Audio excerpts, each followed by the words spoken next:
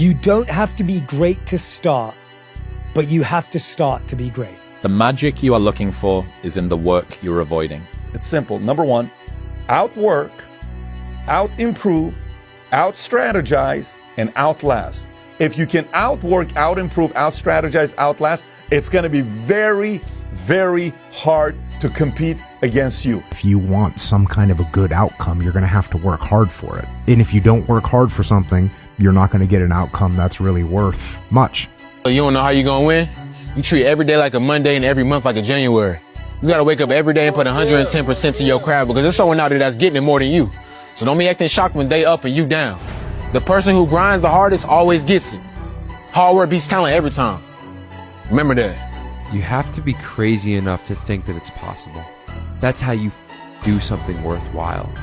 That's how you beat the odds. You have to believe it's possible. End off your night with this.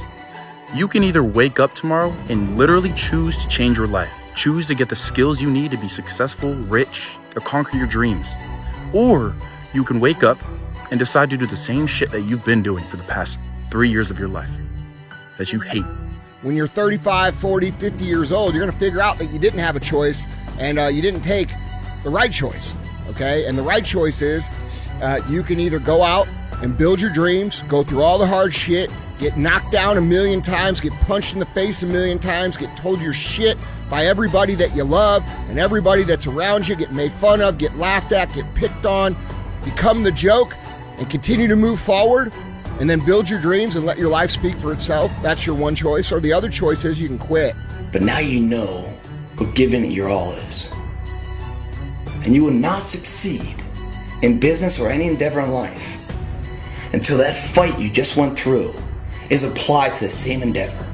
And you guys are saying you're doing everything right and you're giving it your all. Come on. Come on. Your all is a lot more than you know. You got more inside of you to give. Stop selling yourself so short. So many lives would transform overnight if they realized my life sucks, I have nothing going for me, really means I have nothing to lose, and that makes you a very dangerous person. Well, why? It's dangerous out there. Yeah, no kidding. More dangerous here if you stay with me by a lot. So you might lose your body out there in the world, but if you stay here, you lose your soul. Every day when you get out of bed, life's standing right there to kick you in the face, man. And you have to be ready for it, and you got to deal with it. You can't curl up into a ball. You can't run away from it. You can't hide. You have to take all this shit head on. I mean, just sitting around dreaming someday, you know, I mean, someday I'm going to get a different job. Someday I'm going to change this. Well, someday ain't a day of the week. The best way to fight the demons that chase you in the night is to stop and turn around. Turn around. Face them. Man up. Discipline your thoughts. Stop thinking too much. Don't go into the past. Don't go into the future. Be in the present.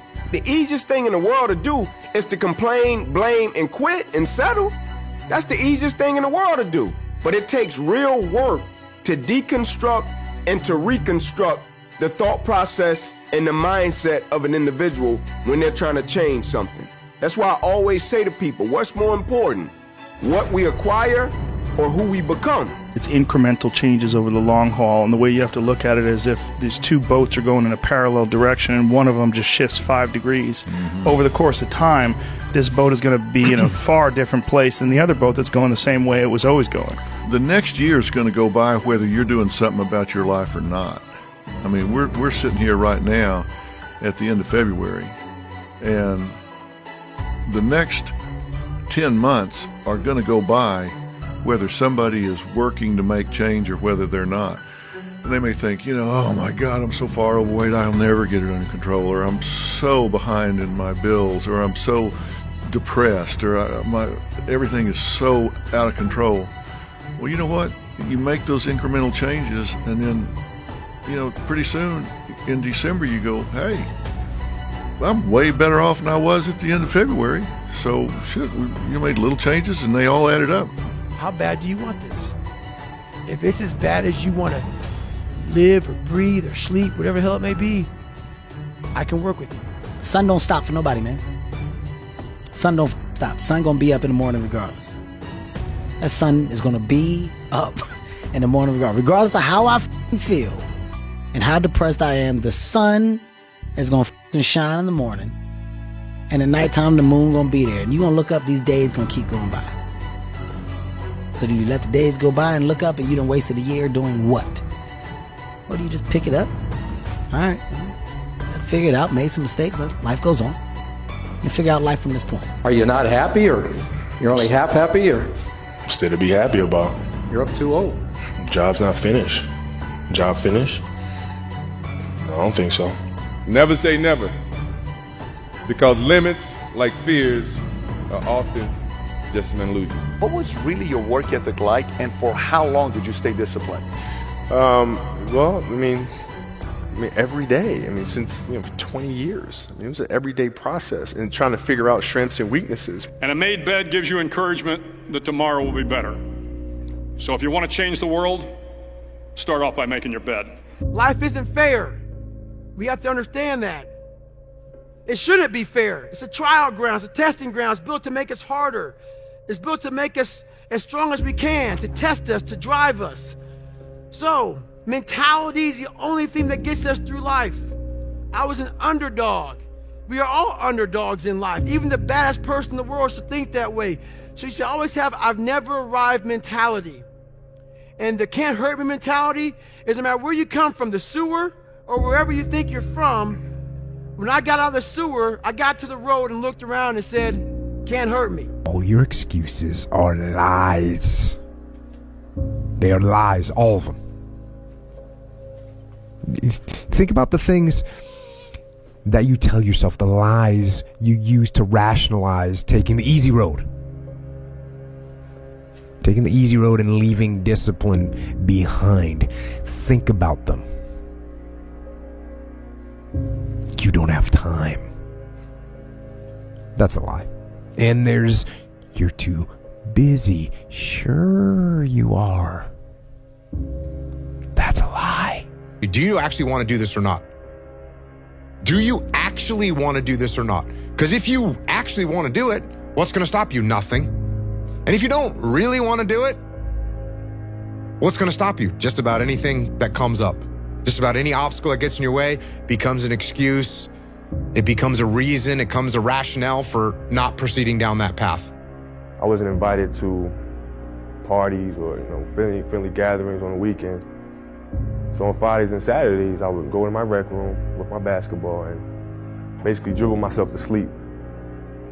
And I think that was the best thing that could have ever happened to me, because during those lonely hours in the rec room, I discovered the hunger, the motivation, and the desire to be the best possible basketball player that I could be.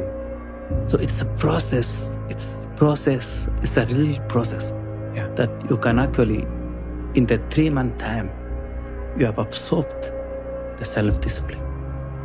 That's why I always tell people, it's not a one-night event.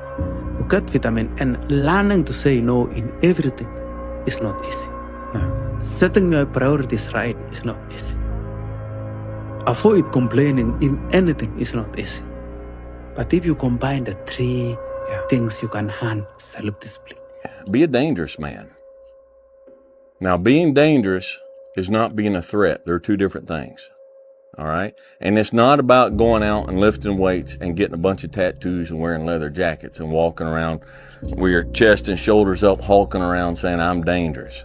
That's very rarely is that a dangerous man.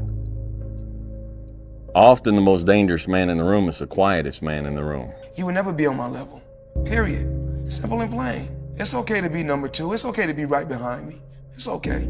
If at the end of your life someone said, how was your life? And you said, it was good, I'll be really sad.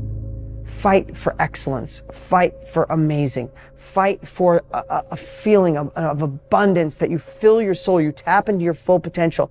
And guess what? If you go for that kind of life, you're going to have some tough spots. And this video is simply to tell you, it won't last. You're honestly, and that's not me trying to be some after school special shit. You really are.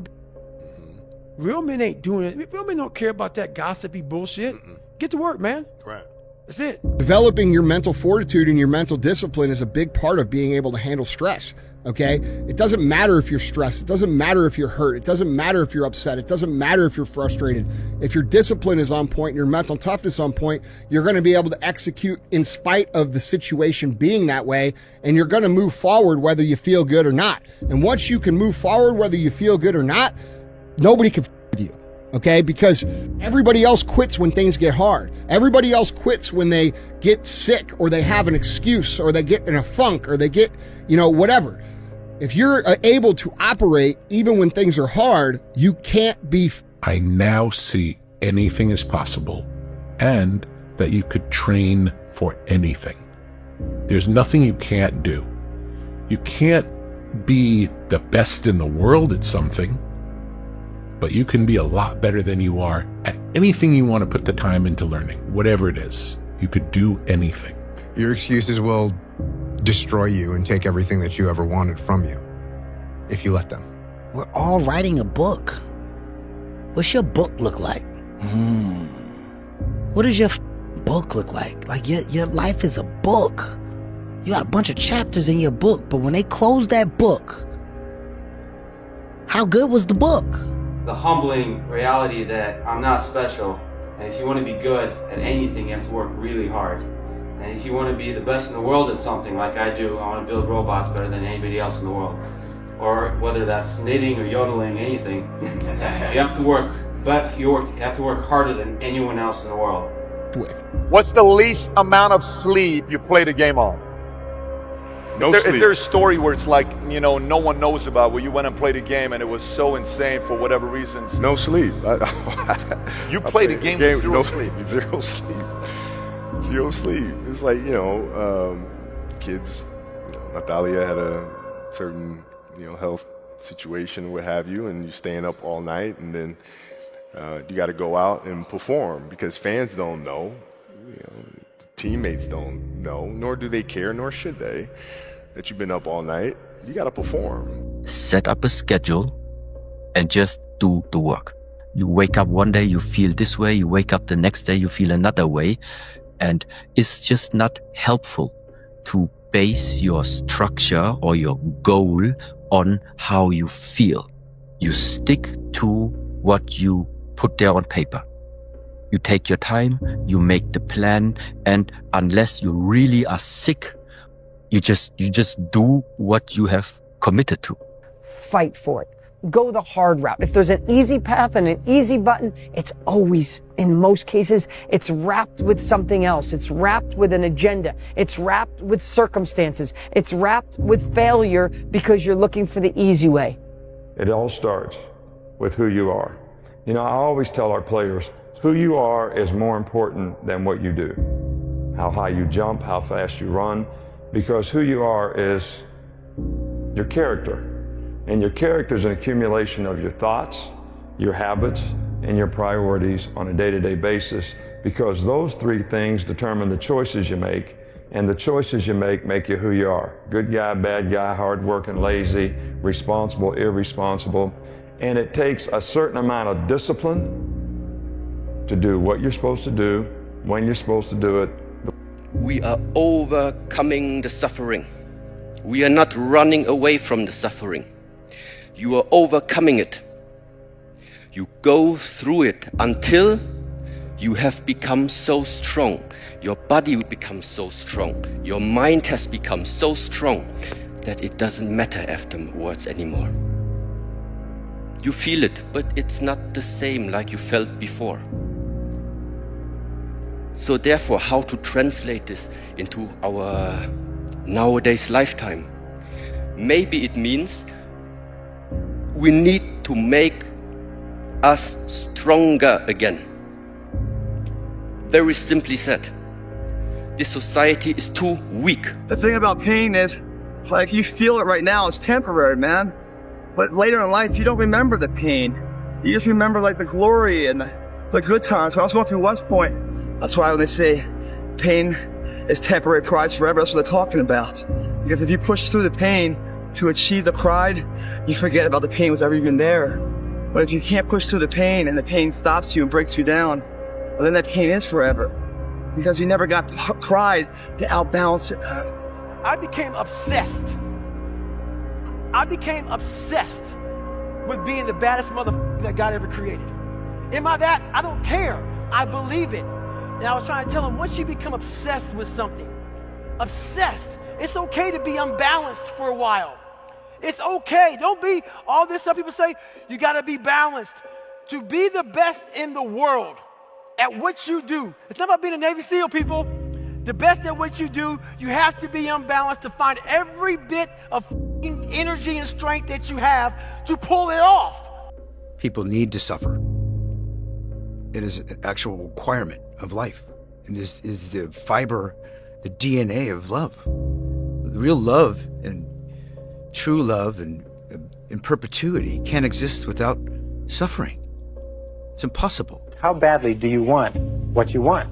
How badly do you want it? Or do you want it at all? You see, there's an awful lot of people who want an awful lot of things. But how badly do they want it? If you want it so badly, if you want it with tremendous intensity of desire, there's really nothing in the world that can stop you from getting it. There's an interesting story was told about Socrates, and Socrates was talking to one of his students, and the student said, I am hungry for knowledge. What can I do to increase my knowledge? And Socrates said, knowledge is something that is readily available and easy to get if you want it bad enough. He said, I'm sure I want it badly enough. And Socrates said, come with me, and he walked him offshore into the ocean, and walked him offshore into the Aegean Sea. And they got about 3 or 4 feet, and Socrates, a very, very strong man, grabbed the young man and put his head under the water. And the young man began to struggle and struggle and struggle, and finally became incredibly frantic, and finally brought him up. And he said, now what did you want while you were under the water? And he said, all I wanted was air. He said, all I could think of in the whole world was air. He said, when you want knowledge with the same intensity that you wanted that oxygen, you will get all the knowledge that you could desire. It's 1 year from today. And instead of us looking through the dust cloud, let's pretend it's a year from now and we're looking backwards. And let's pretend it was the best year of your life. What would have to happen in your life for it to be the best year of your life? In your career or your income or your business or your relationships or love or health or joy. And I don't want you to, your brain's gonna go, oh, I would love for this to happen. No, no, no. I want you to trick your brain. I want you to focus it and live it, positive focus, as if it already happened. How you gain mental toughness, how you become the person you want to be, is constantly facing the things that you don't want to face. If you constantly run away from things that you don't want to face, how is there growth? How is there mental toughness? Some days you're not going to sleep well. Some days you're going to wake up and you've got your schedule and everything's planned out and the poop hits the fan. You got to eat those shit sandwiches, right? And whether things go well or not that day, the emotionally mature man will still do what he has to do to stack his wins, to focus on his purpose, whereas the emotionally immature man will say, well, I didn't sleep well, I had nightmares, so I'll stay in bed. I didn't sleep well, or it's raining outside, it's cold outside, I don't feel good. I just woke up and the airplanes hit the World Trade Center, so I guess I have to change my pattern of life. You have to stay the course no matter what. And it takes a high level of emotional maturity because your emotions dictate your motion. Get the coffee, make the pancakes, kiss the girl, kiss the kids. You wake up, right to work. Whenever I get to a low point where I think, why do I even bother?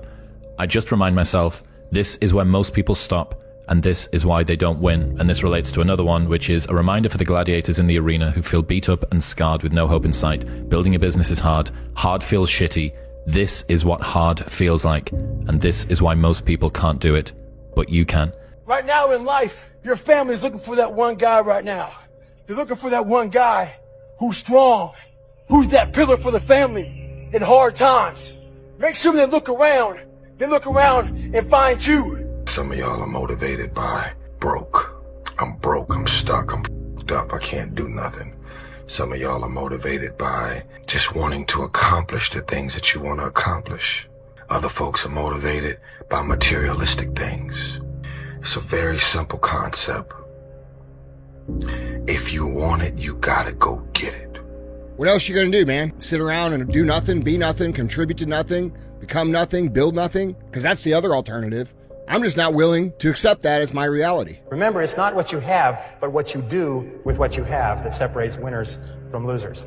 It's not what happens to you, but how you respond to what happens to you that counts. If you quit, it's really easy to predict your future. But if you don't quit, if you go for it, with no proof, you can't quantify it. People are going to call you crazy. Your friends are going to look at you sideways. But you'll have the opportunity to play in the game and stop sitting on the sidelines. And you might fail for a while. And you might have to pay your success tax. And you might have to go through 7 failures, 9 failures, 12 failures. You might be sleepless at night wondering why the heck you're doing it. But on the other side of that, you get to see who you're meant to be, who God designed you to be, and tap into your full potential, and there's nothing better. There comes a day where being average, being mediocre is just sickening to you because you've seen people with far less talent than you. As you're growing up with them, their childhood buddies, whatever else, they didn't have what you had. Yet now they're going to become something that you haven't. There comes that day. It's either when you're young, you know, and it strikes you on the baseball field because you're sick of striking out, or it's when you get fired from your 5th job, you know, and your wife and kids are on your ass because you don't know how to support them anymore. There comes a day where push comes to shove, where being mediocre and being like average and shit just burns and sucks so much. You can't deal with it one more day, and you get off your ass and you create something that's always been there. One time I was running by a graveyard. I mean, I was just trying to I was fat. And I ran by a graveyard. And I look out there, I'm like, man, I wonder how many of you motherfuckers in there are so upset with how you lived your life. Now I'm running a 300-pound man thinking, man, don't die like this, bro. And at the end of every day, you look yourself in the mirror and you ask yourself, did I get better today? If the answer is yes, and you do that for 5 years, 10 years, 15 years, how much better are you going to be? It's 2 a.m. right now. No one here. Mano to mano, me and you, and where we want to go tomorrow. 2 a.m. What I love about 2 a.m. is that we're not living by the clock, man. If you got the clock says it's 10 o'clock time to go to sleep, or 9 to 5 time to go to work, that's bullshit. If you're in bed right now, and you're rolling around, you can't fall asleep, get the f*** up. It probably means you haven't done an honest day's work to earn that rest at night. 2 a.m., not a f***ing person's here. Don't be mad. When you're laying there in your bed, and you're in the hospital, and you're 70, 80, 90 years old, and you're thinking, like, I didn't do something. Because you did. You didn't do it. You didn't do shit. Starving rats are placed into a tube. Yeah. And they have a spring that is attached to the tail that can measure the force that they pull at, and that's a proxy for desire. Then they waft the smell of cheese in from the front of the tube, and the rat pulls and they measure how hard they want to go. And you think these rats are starving, they would be pulling pretty hard. Then they do another iteration of the study. This time they waft the smell of cheese in from the front, but they waft the smell of a cat in from behind. And the rats pull harder. Yeah. And what's the lesson? That you not only need to run towards something that you want, yeah, but you need to run away from something that you fear.